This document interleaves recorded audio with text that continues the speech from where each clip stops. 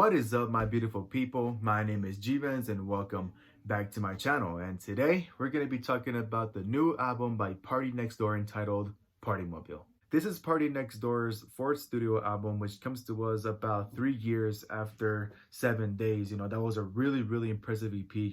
The first ever project by PARTYNEXTDOOR that I ever listened to, and it caught my attention because obviously not only because he made that shit in 7 days and it sounded super great, but just the fact that he works with a lot of different sounds when it comes to the whole R&B style, that in my opinion was the example of why PARTYNEXTDOOR is probably one of the most influential and most unique voices of R&B that we have right now in modern day times. For those of you that are really big fans of the OVO record label that Drake made a few years back, then you would know that PARTYNEXTDOOR was the first ever artist that Drake signed to OVO, and rightfully so, because that man just has the pizzazz and talent that can grab anyone's attention. He's able to not only make you laugh, make you cry, make you fall in love, make you sad, make you heartbroken. He is able to make you feel a lot of different emotions when it comes to his voice and his music, and it's really rare to hear a lot of modern artists be able to make you feel a lot of emotion. So I definitely do give PARTYNEXTDOOR kudos for that. Another reason why PARTYNEXTDOOR is able to grab a lot of people's attention is the fact that he's able to work with a lot of different genres and styles of music, which include 90s R&B, hazy electronic music, spacey cloud rap, just a bunch of great sounds that he was able to put in a lot of his past projects. That being said, this album was a bit disappointing to me, unfortunately, but before I get to the negatives, I want to at least, put the positives of this album first. The whole purpose of this album is pretty much PARTYNEXTDOOR giving us a lot of great songs for us to drive to, which I personally think he achieved on that. I really love good driving music. This album has 15 tracks, nearly an hour long, and I honestly do find myself playing this whole album in my car after a hard day at work and just driving home and getting lost in his music. I really do love that this album is just an album that you can vibe to when you're driving it in your car, no matter what day it is, no matter what time of day it is. It is just a really good album to vibe to if you want to listen to some R&B. The reason why I like listening to PARTYNEXTDOOR's music is probably because he makes me feel super nostalgic when it comes to the early era of R&B, which in my opinion is what made R&B sound fantastic. He kind of reminds me of the R&B music that my older sister used to play a lot in the house when I was a kid. And, his voice just pretty much always manages to get me lost in his music and just makes me forget all the bullshit that's going on in my life. I really love how he's able to easily hypnotize the listeners. A very big highlight for me on this album is definitely the features. Not only does he have another song with Drake on this album called Loyal, I really do love that song. That's probably the 10th fucking time that Drake shows up on a PARTYNEXTDOOR album. Those two always sound good. I'm not that big on Drake anymore, unfortunately, but every time he does show up on a PARTYNEXTDOOR album, they always do manage to sound really good. But besides Drake being on this album, he does have a song with Rihanna on this album called Believe It, which that one is just fucking it's just fucking beautiful in general. PARTYNEXTDOOR and Rihanna sound like fucking angels next to each other. And before I go on, Rihanna, stop playing with us, girl. When is this fucking new project of yours coming out? I've been waiting my whole goddamn life for this shit. I really love how she sounds on this album, but she is low-key playing with us, and I just want to know when is that album dropping, Rihanna? Because I'm getting a little bit impatient here, girl. And besides Drake and Rihanna, Bad Bunny surprisingly does make an appearance on this album on the Loyal remix with Drake.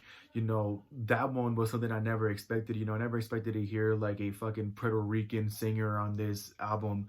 I really loved that diversity that PARTYNEXTDOOR decided to add. I think him and Bad Bunny sound really good next to each other, and honestly, Bad Bunny just in general has been really impressing me lately, and I just really loved how he sounded on this album. That being said, let's talk about a few of the negatives on this album for me, because although I personally don't think that it's as terrible as a lot of people have been saying it is, but when you compare it to the past projects that PARTYNEXTDOOR has done, it really isn't his best work.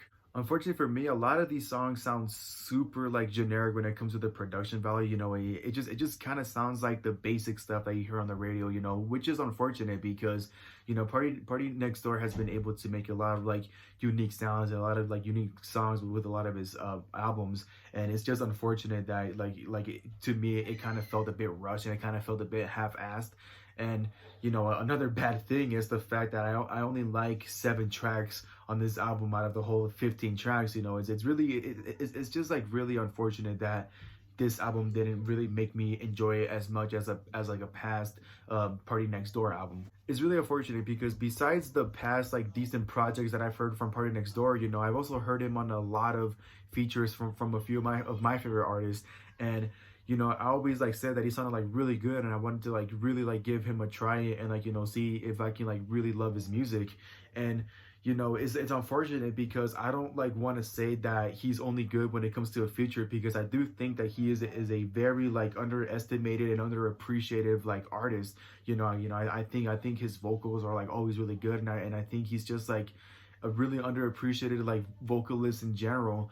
And it's just unfortunate because on this album, like he didn't really like prove to me that he can like do more. You feel me? There are a few songs on this album where he like mumbles a bit, and it's really unfortunate because it's like hard for me to like understand, and I just like never thought that he'd like start mumbling at some point. And also there are a few like beats in here that just sound super out of place and super like all over the place and just like super unorganized, and I just didn't really find myself liking this production value as I did like other like past albums that Party Next Door has done. However, I will say that the second half of the album for me is the only good and enjoyable part of this album.